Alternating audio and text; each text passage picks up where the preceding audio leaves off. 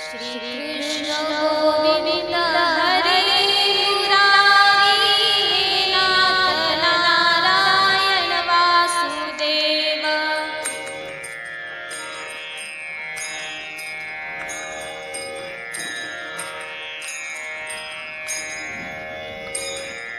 श्री कृष्ण गोविंद हरे मुरारी हे नाथ नारायण वासुदेव।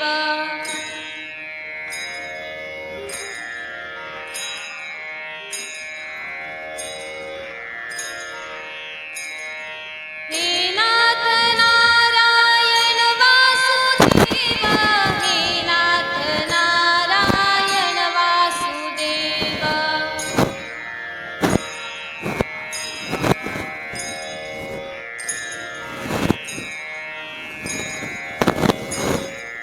हे नाथ नारायण वासुदेव, हे नाथ नारायण वासुदेव।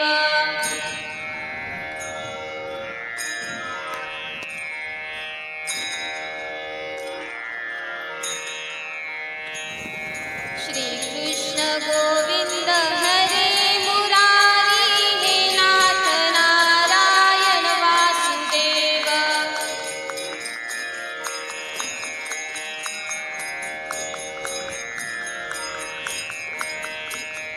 श्री कृष्ण गोविंद हरे मुरारी हे नाथ नारायण वासुदेव।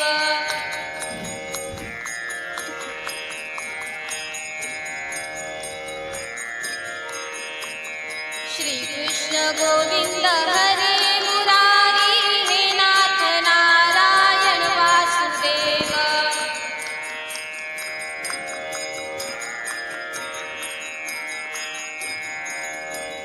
कुंडलीकवरदा हरिविठ्ठल श्री ज्ञानदेव तुकाराम पंढरीनाथ भगवान की जय। माऊली ज्ञानेश्वर महाराज की जय। जगद्गुरु तुकाराम महाराज की जय। सद्गुरुनाथ महाराज की जय। तरी अवधान ऐकले दिजे, मग सर्व सुखासी पात्र होईजे। हे प्रतिज्ञ उत्तर माझे उघडैका, शांताकारं भुजगशयनं पद्मनाभं सुरेशं। विश्वाधारं गगनसदृशं मेघवर्णं शुभांगं। लक्ष्मीकान्तं कमलनयनं योगिभिर्ध्यानगम्यं। वन्दे विष्णुं भवभयहरं सर्वलोकैकनाथं। यस्य स्मरणमात्रेण जन्मसंसारबन्धनात् विमुच्यते। नमस्तस्मै विष्णवे प्रभविष्णवे। नमः समस्तभूतानां आदिभूताय भूभृते अनेकरूपरूपाय विष्णवे प्रभविष्णवे। महायोगपीठे तटे भीमरथ्यं वरं पुण्डरीकाय दातुं मुनीन्द्रे समागत्य तिष्ठन्तमानन्दकन्दं। परब्रह्मलिङ्गं भजे पांडुरंगं। पांडुरंगा करू प्रथम नमन, दुसरे चरण संतांचिया। त्यांच्या कृपादाने कथेचा विस्तारू बाबाजी सद्गुरु दास तुका। लोकाभिरामं रणरंगधीरं राजीवनेत्रं रघुवंशनाथं। कारुण्यरूपं करुणाकरन्तं श्रीरामचन्द्रं शरणं प्रपद्ये। मनोजवं मारुततुल्यवेगं जितेन्द्रियं बुद्धिमता वरिष्ठं वातात्मजं वानरयूतमुख्यं श्रीरामदूतं शरणं प्रपद्ये। कलावज्ञजीवोद्धरार्थावतारं कलाङ्काङ्कतेजोऽधिकामोदिकवक्त्रं कलनीशवादापणोदार्हदक्षं समाधिस्थमूर्तिं भजे ज्ञानदेवम्। ॐ नमो ज्ञानेश्वरा, करुणाकरा दयाळा, तुमचा अनुग्रह लादलो पावन झालो चराचरी। नमो सद्गुरु तुकया ज्ञान दीपा, नमो सद्गुरु सच्चिदानंद रूपा, नमो सद्गुरु भक्त कल्याण मूर्ती, नमो सद्गुरु भास्करा पूर्ण कीर्ती। तरी अवधान ऐकले दिसे, मग सर्व सुखासी पात्र होईजे। हे प्रतिज्ञ उत्तर माझे उघडैका। प्रस्तुत प्राप्त प्रसंगी प्रवचन रूपी सेवेकरता निवडलेली ओवी ग्रंथराज ज्ञानेश्वरीच्या 9व्या अध्यायातील पहिली ओवी। 9व्या अध्यायाला राजविद्या राजगुह्य योग असं म्हणतात। या अध्यायामध्ये भगवंताने संपूर्ण ज्ञानाची भूमिका मांडलेली आहे। ज्ञान म्हणजे काय, कोणत्या प्रकारचं ज्ञान भक्तीमध्ये आवश्यक आहे, भगवंताला प्राप्त करून घेण्यासाठी कोणतं ज्ञान गरजेचं आहे, ह्या सर्व गोष्टी भगवंताने या ओवीतून आपल्याला माऊलींनी या ओवीतून आपल्याला सांगितलेल्या आहे। तसं पाहता निवृत्तीरायांच्या सांगण्यावरून माऊली ज्ञानोबारायांनी सर्व लोकांच्या उद्धाराकरिता कल्याणाकरिता भगवद्गीतेचं भाषांतर ज्ञानेश्वरी मध्ये केलं। भगवद्गीतेमध्ये देखील 18 अध्यायच आहेत आणि 700 श्लोक। तसंच ज्ञानेश्वरी मध्ये देखील 18 अध्याय आहेत, पण त्या श्लोकांच्या जागी आपल्याला माऊलींच्या ओवी बघायला मिळतात। या ओवीचं चिंतन करीत असताना माऊली ज्ञानोबाराय तुम्हा आम्हाला एक आश्वासन देतायत। हे बाबांनो, तरी अवधान ऐकले दिसे। मग तरी याचा अर्थ अगोदर कुठला, जर तर तरी म्हणजे काय, तर याचा विचार आपल्याला पुढे बघायचाच आहे। तरी अवधान ऐकले दिसे म्हणजे एक वेळ लक्ष देऊन ऐका। अवधान या शब्दाचा अर्थ म्हणजे लक्षपूर्वक ऐका, एक वेळ लक्ष देऊन ऐका। याचा काय परिणाम होईल, तर सर्व सुखासी पात्र होईल, सर्व सुखाच्या पात्रतेचे आपण होईल। म्हणून आपल्याला भगवंताचं श्रवण करत असताना ध्यानपूर्वक श्रवण करायचं आहे। आपलं चित्त आपली इंद्रिय त्या ठिकाणी स्थिर ठेवून भगवंताचं श्रवण करायचं। त्याचा परिणाम काय होईल, तर सर्व सुखासी पात्र होईल, सर्व सुखाच्या पात्रतेचे होईल। या ओवीचं चिंतन आपल्याला अनेक प्रकारे करता येईल। प्रथमतः अवधान ऐकले दिसे, एक वेळ लक्ष देऊन ऐका। दुसरं, सर्व सुखाची प्राप्ती होईल। आणि तिसरा सर्वात महत्वाचा मुद्दा, प्रतिज्ञा म्हणजे काय, कोणी केल्या, कोणाच्या यशस्वी झाल्या, प्रतिज्ञा करावी की नाही करावी, ह्या सर्व गोष्टींचं चिंतन आज आपल्याला करायचं आहे। माऊली ज्ञानोबारायण बाबतीत बोलत असताना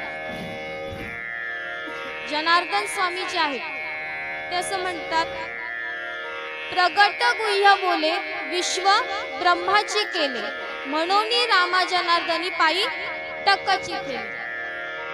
जे गुह्य रूपानं गुप्त रूपानं जे ज्ञान चालत आलेलं एका शिष्याकडून दुसऱ्या शिष्याकडे जे ज्ञान प्रसारित होत होतं, मच्छिंद्राने बोध गोरक्षासी केला, गोरक्ष बोलला गहिनी प्रेती गहिनी प्रसादे निवृत्ती दातारू ज्ञान देवा सार चोजविल। एका शिष्याकडून दुसऱ्या शिष्याकडे जे ज्ञान प्रसारित होत होतं ते माऊलींनी सर्व जगाच्या हिताकरिता कल्याणाकरिता प्रगट केलं। गुप्त अशी कोणतीच गोष्ट माऊलींनी ठेवलेली नाही।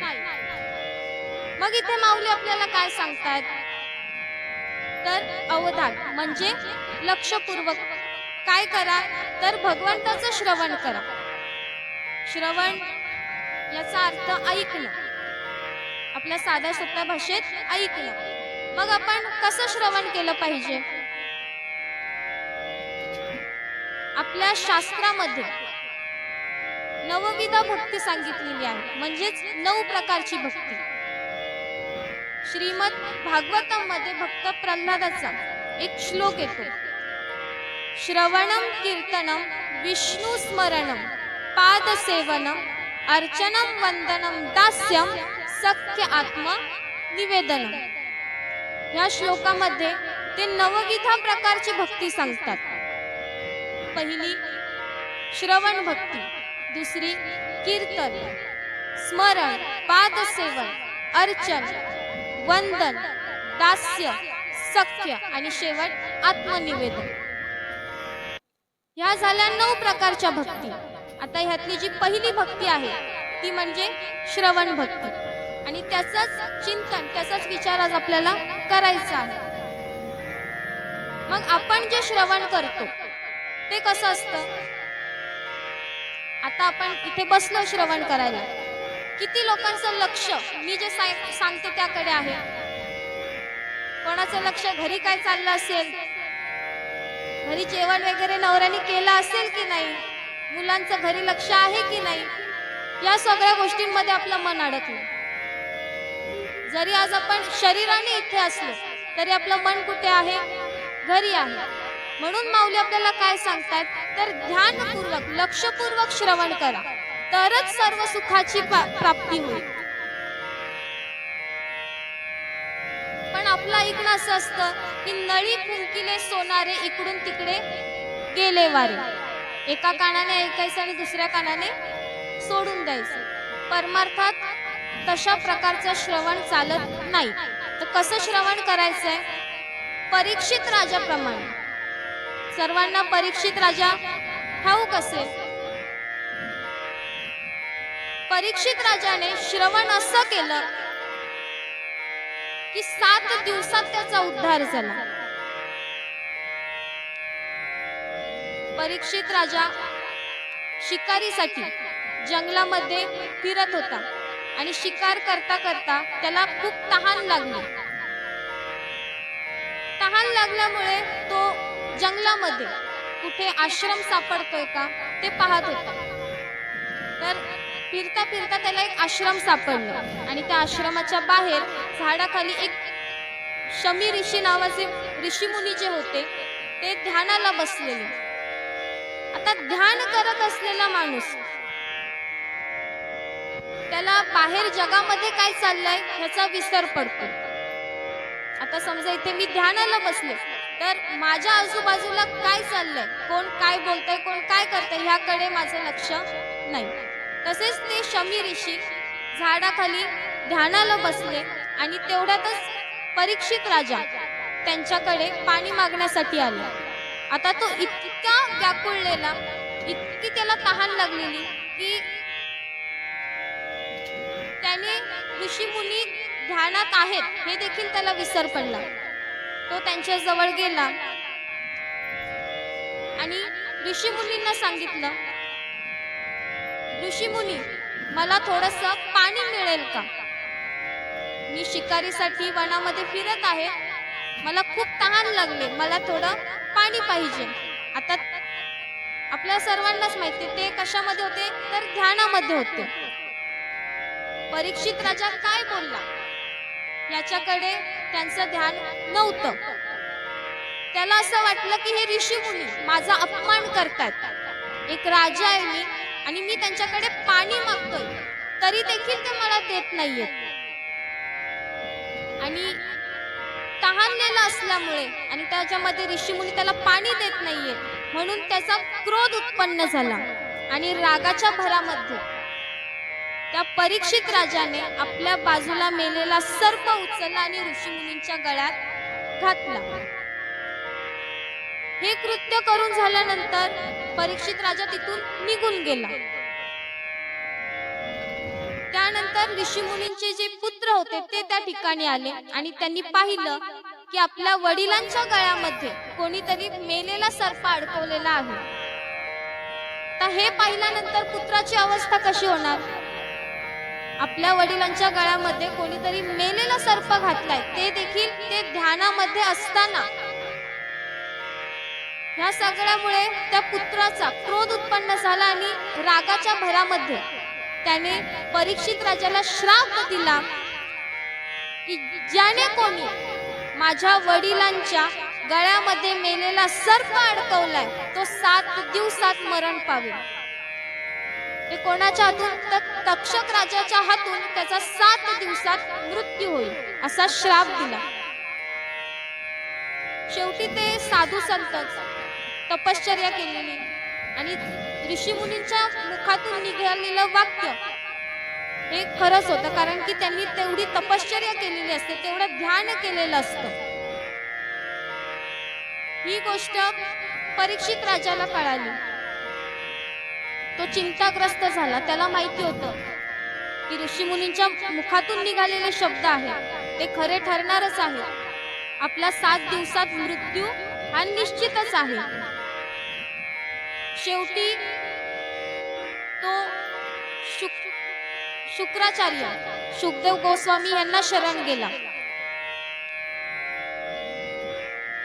खर तर परमार्थामध्ये जर भगवंताची प्राप्ती करून घ्यायची असेल तर गुरूंना शरण जावंच लागतं. गुरूंशिवाय भगवंताला प्राप्त करणं अति कठीण. त्यामुळे संतांची आणि गुरुची भक्ती मार्गामध्ये फार आवश्यकता आहे. तसंच परीक्षित राजा देखील शुकदेव गोस्वामी यांना शरण गेला. शुकदेव गोस्वामी यांनी त्याला 7 दिवस श्रीमद भागवतम या ग्रंथाचं श्रवण केलं आणि त्याचा उद्धार केला. पण ह्या ठिकाणी परीक्षित राजाने कसं श्रवण केलं तर त्याची इंद्रिय त्या ठिकाणी त्याने एकाग्र केली. ध्यानी मनी उठता बसता तो फक्त भगवंताचंच श्रवण करत होता. तसंच आपल्याला देखील जर आपला उद्धार करून घ्यायचा असेल, या जीवनाचं जर सार्थक करायचं असेल तर आपल्याला कोणत्या प्रकारे श्रवण केलं पाहिजे? परीक्षित राजाप्रमाणे. आता तुम्ही म्हणाल की ताई तुम्ही मगाचपासून सांगताय की असं श्रवण करा, परीक्षित राजाने जसं श्रवण केलं तसं श्रवण करा, याचा फायदा काय? तर याचा फायदा माऊली सांगतात, मगच सर्व सुखाचे पात्र होईल. कशाची प्राप्ती होईल? तर सर्व सुखाची प्राप्ती होईल. इथे माऊली आपल्याला कुठल्याही सांसारिक सुखाविषयी सांगत नाहीये. सर्व सुख म्हणजे मुलाला चांगला पगार असणे, खूप मोठी संपत्ती असणे, असलं सुख माऊली इथे सांगत नाहीये. सर्व सुखाचे आगर बाप रखुमा देवीवर. आमच्यासाठी सुख काय आहे तर तो पंढरीचा पांडुरंग, ज्याचं आज आपण दर्शन घेऊन आलो, ज्याच्या चरणावरती आज आपण आपलं मस्तक ठेवलं, त्याच्या चरणाशी आपलं सुख आहे आणि ते सुख प्राप्त करण्याच्या पात्रतेचं आपल्याला व्हायचं. त्यासाठी आपल्याला ध्यानपूर्वक श्रवण करायचं. कुठल्याही सांसारिक सुखाविषयी इथेही माऊलींनी आपल्याला सांगितलेलं नाहीये. तर परमार्थिक सुख आणि परमार्थिक सुख हे भगवंताच्या चरणीच आहे. त्यासाठी सतत भजन करावं लागतं, श्रवण करावं लागतं, उठता बसता भगवंताचं नामस्मरण करावं लागतं, मन एकाग्र करावं लागतं. त्यानंतर कुठे जाऊन परमार्थ कळतो. एक फार सुंदर असा दृष्टांत मी माझ्या गुरुवर्यांच्या मुखातून ऐकलेला आहे की श्रवण कसं असावं.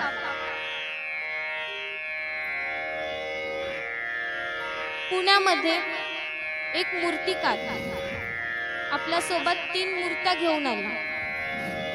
सेम आकाराच्या, सेम रंगाच्या. सर्वसामान्य डोळ्यांनी जर बघितलं तर त्यांच्यामध्ये यत्किंचितही फरक नाही. तो शनिवार वाड्याच्या समोर आपल्या 3 मूर्त्या घेऊन विकायला बसला. येणारी जाणारी लोक त्या मूर्तीकडे बघायची आणि त्या मूर्तिकाराला प्रश्न विचारायचे. काय रे बाबा, ही मूर्ती कशी दिली? आपण जेव्हा मार्केटमध्ये जातो, खास करून महिला मंडळ, जेव्हा मार्केटमध्ये आपण जातो, एखादी वस्तू घ्यायची असते तर आपण त्या दुकानदाराला जाऊन विचारतो. घ्यायची जरी नसली तरी जाऊन विचारतो, काय रे बाबा याची किंमत किती? तसंच येणारे जाणारे लोक देखील त्या मूर्तिकाराला विचारायचे. तो मूर्तिकार म्हणायचा, पहिली मूर्ती तिची किंमत 50 रुपये, दुसरी मूर्ती तिची किंमत 500 रुपये आणि तिसरी मूर्ती तिची किंमत 1000 रुपये. लोक यायची, बघायची, त्याचं निरीक्षण करायचे आणि त्याला विचारायचे. पण त्याची एक अट होती. त्या मूर्तींमध्ये इतकं साम्य होतं की वजनामध्ये, आकारामध्ये, रूपामध्ये, प्रत्येक गोष्टीमध्ये त्या समान होत्या. त्याने एक अट ठेवलेली की ह्या मूर्तींमधलं जे एक आपण म्हणतो ना की ह्या मूर्तींमधलं जे काही गुह्य आहे ते जो कोणी मला सांगेल की या मूर्ती एकसारख्या असून देखील मी ह्याची वेगळी किंमत का लावले, ह्याचं कारण जो कोणी मला सांगेल त्याला या तिन्ही मूर्त्या फुकट. लोक याची निरीक्षण करायचे, पण त्याचं जे गुपित आहे ते कोणालाही सापडलं नाही. आता ही गोष्ट नाना फडणवीसांच्या कानावरती गेली. त्यांना देखील मनामध्ये उत्सुकता निर्माण झाली की अशा कुठल्या मूर्ती आहेत की ज्याचं उत्तर कोणालाही सापडत नाही. ते त्या मूर्तिकाराच्या जवळ गेले. त्याने त्या मूर्ती पाहिल्या आणि मूर्तिकाराला विचारलं, बाबा रे मूर्ती कशी? तर तो म्हणाला, एकीची किंमत 50 रुपये, एकीची किंमत 500 रुपये आणि एकीची किंमत 1000 रुपये. नानांनी देखील तोच प्रश्न विचारला, किंमत काशी? तर तो मूर्तिकार म्हणाला की याचं उत्तर जो कोणी मला देईल त्याला या तिन्ही मूर्त्या फुकट. नानांनी त्या तिन्ही मूर्तींचं निरीक्षण केलं. त्या मूर्तींच्या सभोवती एक फेरा मारला आणि आपल्या बाजूला पडलेली एक गवताची काडी उचलली. ती काडी त्यांनी पहिल्या मूर्तीच्या कानात घातली, तर ती ह्या कानातून घातली आणि दुसऱ्या कानातून बाहेर आली. तीच काडी त्यांनी दुसऱ्या मूर्तीच्या कानात घातली. ती काडी ह्या कानातून घातली आणि डोक्यातून वरून बाहेर आली. तीच काडी त्यांनी तिसऱ्या मूर्तीच्या कानात घातली. ती काडी ह्या कानातून घातली, ती डोक्यात गेली, त्यानंतर हृदयात गेली आणि हृदयातून मग बाहेर आली. नाना मूर्तिकाराला म्हणाले की पहिली मूर्ती जिच्या एका कानातून काडी घातली आणि दुसऱ्या कानातून बाहेर आली तिची किंमत 50 रुपये. दुसरी मूर्ती जिच्या डोक्यातून काडी बाहेर आली तिची किंमत 500 रुपये आणि तिसरी मूर्ती जी हृदयातून बाहेर आली, जिच्या हृदयातून काडी बाहेर आली तिची किंमत 1000 रुपये. नानांना जे उत्तर सांगायचं होतं ते मूर्तिकाराला समजलं. मूर्तिकार खुश झाला आणि त्यांनी त्या तिन्ही मूर्ती नानांना भेट दिल्या. दृष्टांत संपला. याचा सिद्धांत असा की पहिली मूर्ती जिची किंमत 50 रुपये आहे, तिच्या ह्या कानातून काडी घातली आणि दुसऱ्या कानातून बाहेर आली. आपण देखील श्रवण करत असताना कसं श्रवण करतो? एका कानाने ऐकतो आणि दुसऱ्या कानाने सोडून देतो. जर आपल्याला आपल्या आयुष्यामध्ये यशस्वी व्हायचं असेल तर आपल्याला अशा प्रकारचं श्रवण करायचं नाहीये, तर परीक्षित राजाप्रमाणे श्रवण करायचं. आज आपण शाळेची मुलं आहोत. आपण एखाद्या शाळेमध्ये सिरियस टॉपिक चालला असेल तर आपल्याला गुरुजी देखील म्हणतात, हे मुलांना लक्ष द्या. आपले आई वडील आपल्याला सांगतात, लक्ष द्या रे. मोठी माणसं सांगतात, लक्ष द्या. लक्ष द्या म्हणजे नेमकं काय? तर ऐकत असताना आपली इंद्रिय, आपलं मन त्या ठिकाणी एकाग्र झालं पाहिजे. आपली किंमत आपल्याला ओळखायची आहे. महाभारतामध्ये पहा, जे युद्ध घडलं ते कोणामुळे घडलं?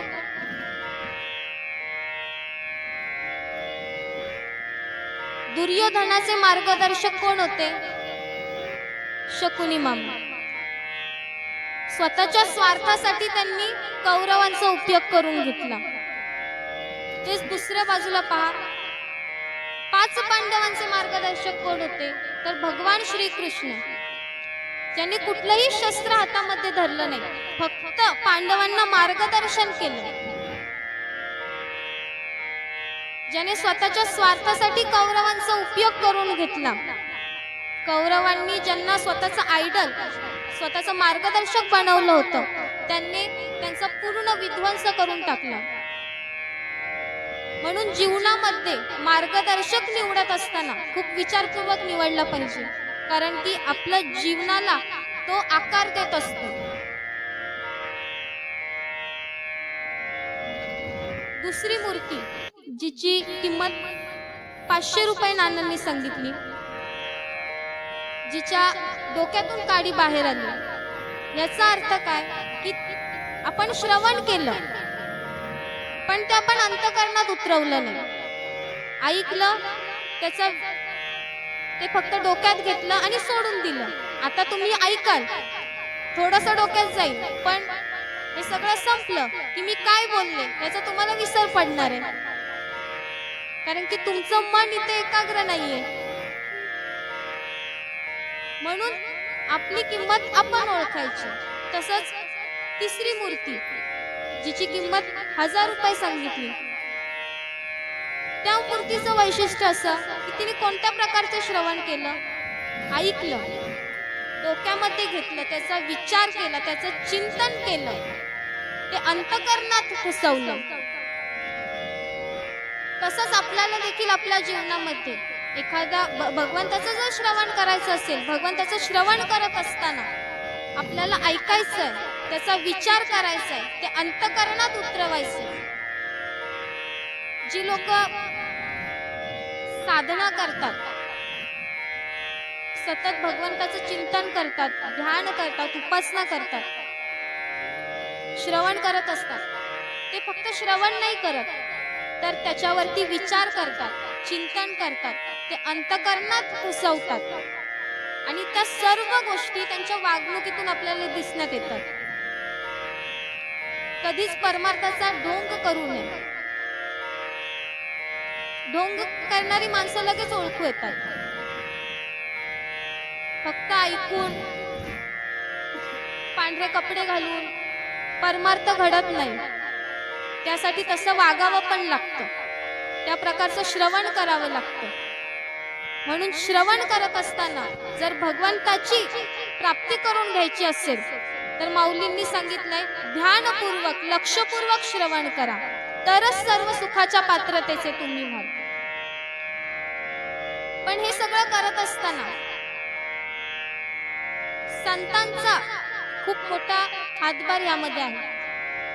जर त्यांची कृपा आपल्यावरती नसेल तर तुम्ही कितीही श्रवण करा, त्याचा काही उपयोग होत नाही.